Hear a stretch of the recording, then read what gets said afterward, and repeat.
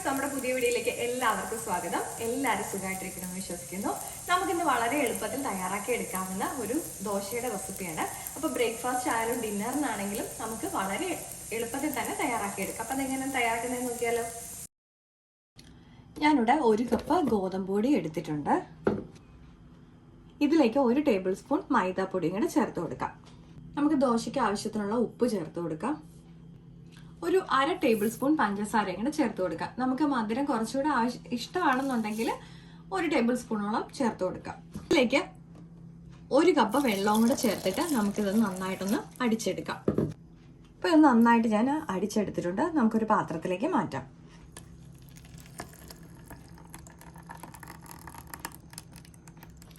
ചെറിയ കട്ട എങ്ങാനും ഉണ്ടെന്നുണ്ടെങ്കിൽ ചെറുതായിട്ടൊന്നുകൂടെ ഇളക്കി കൊടുത്താൽ മതി.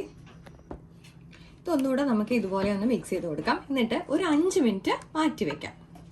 നമ്മുടെ ദോശപ്പാൻ ചൂടായിട്ടുണ്ട്. നമുക്കിനി മാവ് ഒഴിച്ചു കൊടുക്കാം.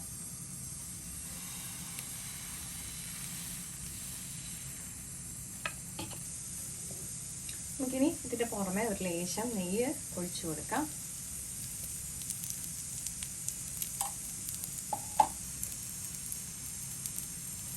നമുക്കിനി ഇത് മറിച്ചിട്ട് കൊടുക്കാം.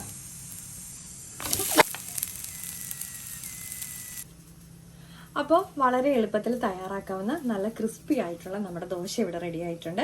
രാവിലെ ആണെങ്കിലും വൈകിട്ടാണെങ്കിലും ഒക്കെ നമുക്ക് വളരെ എളുപ്പത്തിൽ തന്നെ തയ്യാറാക്കി എടുക്കാൻ പറ്റും. അപ്പോൾ എല്ലാവരും ഇഷ്ടപ്പെട്ടിട്ടുണ്ടെങ്കിൽ ട്രൈ ചെയ്ത് നോക്കിയിട്ട് ഫീഡ്ബാക്ക് കമൻസ് വഴി അറിയിക്കാൻ മറക്കല്ലേ.